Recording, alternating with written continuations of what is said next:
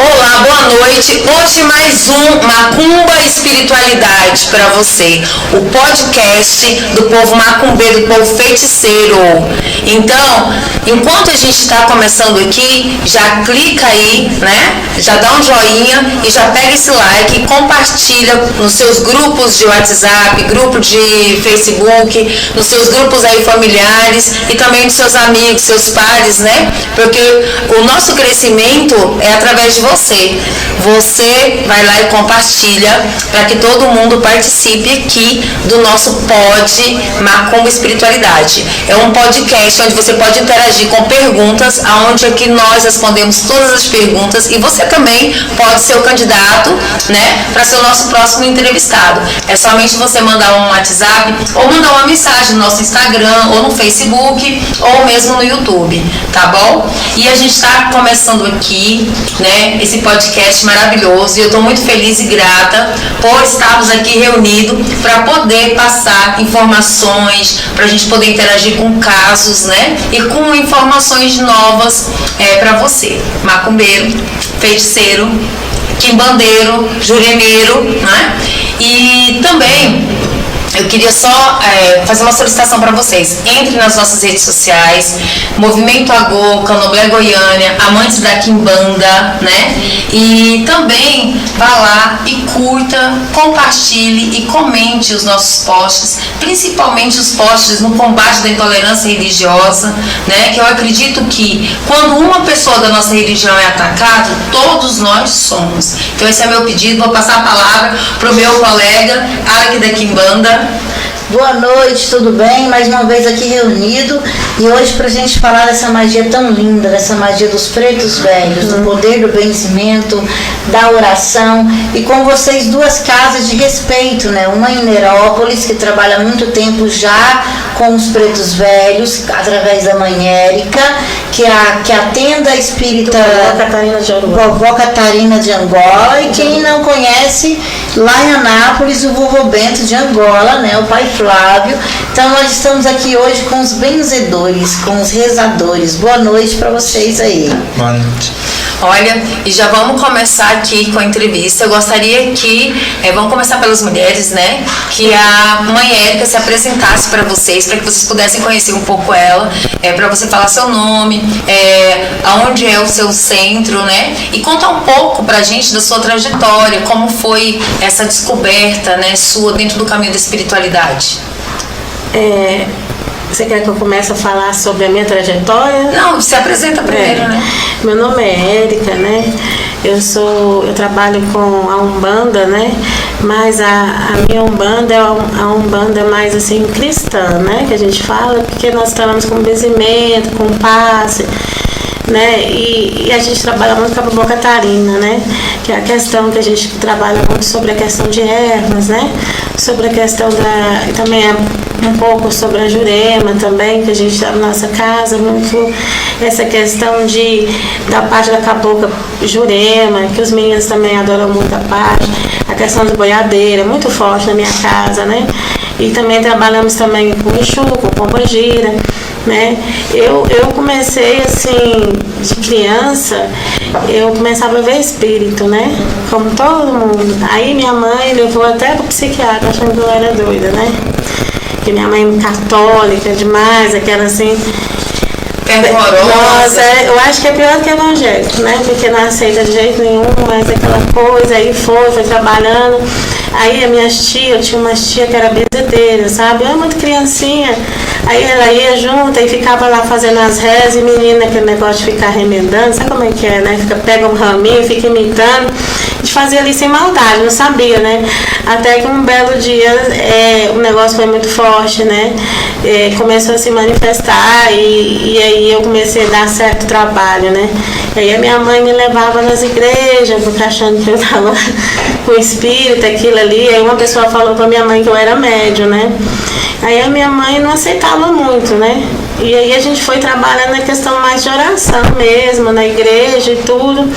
Aí teve que... Eu conheci a mãe Janaína, né, de Iemanjá, ali o centro dela era na casa dela mesmo, ali no balneário, eu não sei mais ou menos onde.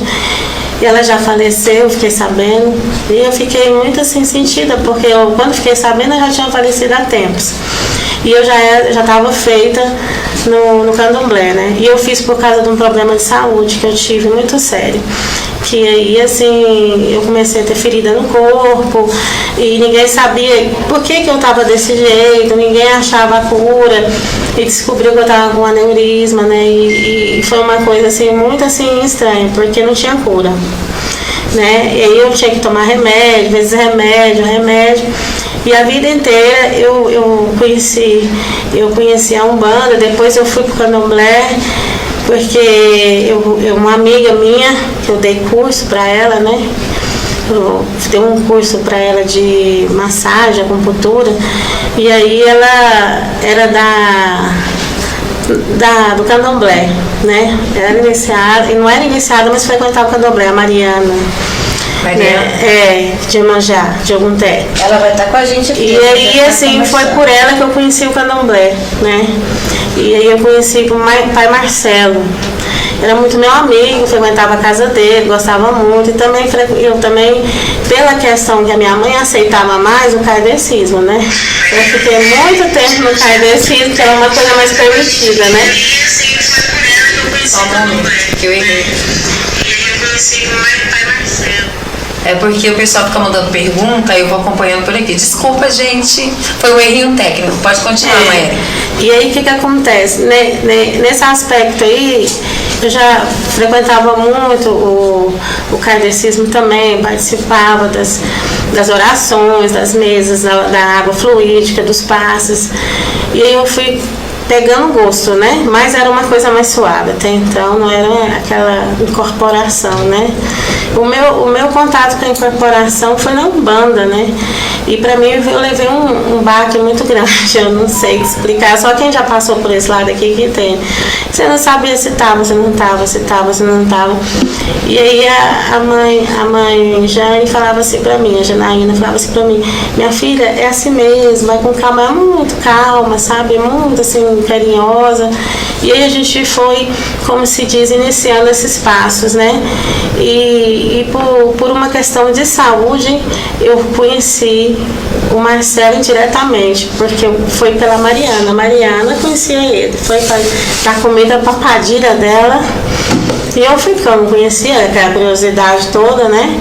E aí comecei, né, a ter a amizade com o pai Marcelo, de Oiá, né? Que eu paguei obrigação com ele também. E aí, assim, tive cobrança de santo ruim, mas aí o meu pai, que me iniciou, foi o pai Max, de Oxaguian, né? E aí eu fui jogar com o pai Otaí, aí ele falou que estava com cobrança de santo. Isso eu já vinha fugindo dessa cobrança de santo há mais de 10 anos, sabe? Só no Bori.